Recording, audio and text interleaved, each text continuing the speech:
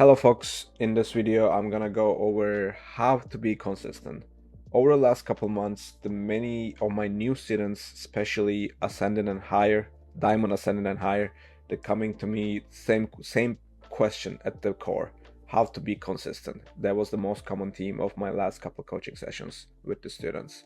So basically I work with them, and over the couple months we've seen a lot of improvement, and I want to make this video to share the in nutshell how to be consistent. So let's get into it. So when we play Valorant, we have three types of games. One of them is bad, okay, and good. So if we can separate those and make a graph, our graph will be look like something like this. So basically, many of the games will be okay games and lesser of the games will be good and bad. So our okay games will determine our rank or skill level, most likely because you having more in the big numbers low, you will having this game more constantly. So basically, you are constantly being okay. But the question was the coming to me that how I can be good and constant. So constantly be good. So you have to think like a equation.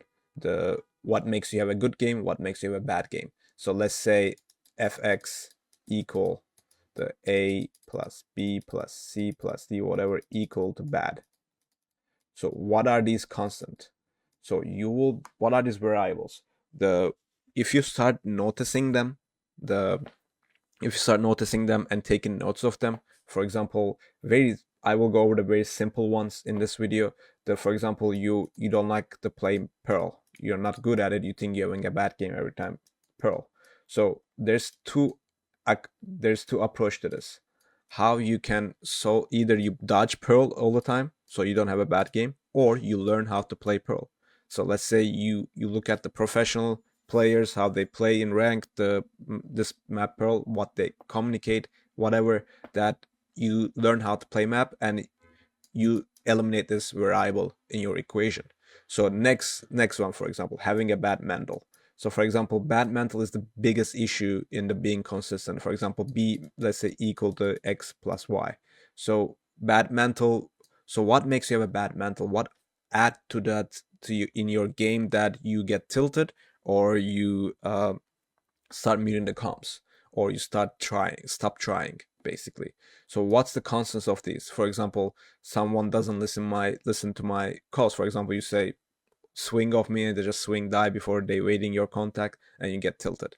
So how you can, if you aware of these, even though you can't avoid them in the game, let's say you will know that when this happens, I go to bad mental, and bad mental in the equation equals to my bad game. So even though awareing of that problem is a 50% of the solution already. So more you solve these problems, for example, you don't know how to play, for example, Sky on bind. Your main is Raze, and you have to fill Sky, and maybe you that contributes to have a bad game, which is an off agent. How about you increase your agent pool in that sense, in that map? So basically, you will eliminate that constant to variable to in your. So what happens with my students is that what we find over the couple months, we did this for a couple months together. What we found is that when we take in notes what good, and also you can do that as a what makes you have a good game too.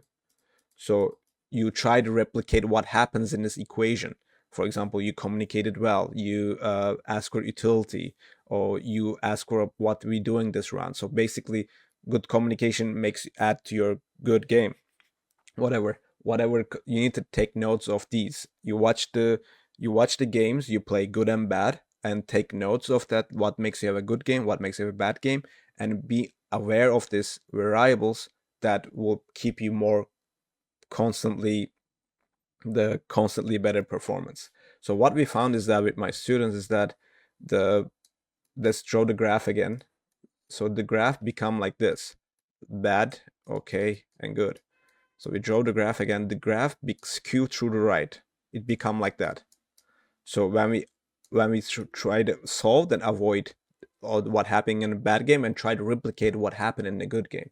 So in future, what we found is that the good thing is that the after 2 months, when he start noting down, my students start noting down, for example, bad, okay, good, actually the what let's show the graph again. They come to this graph again, the first one.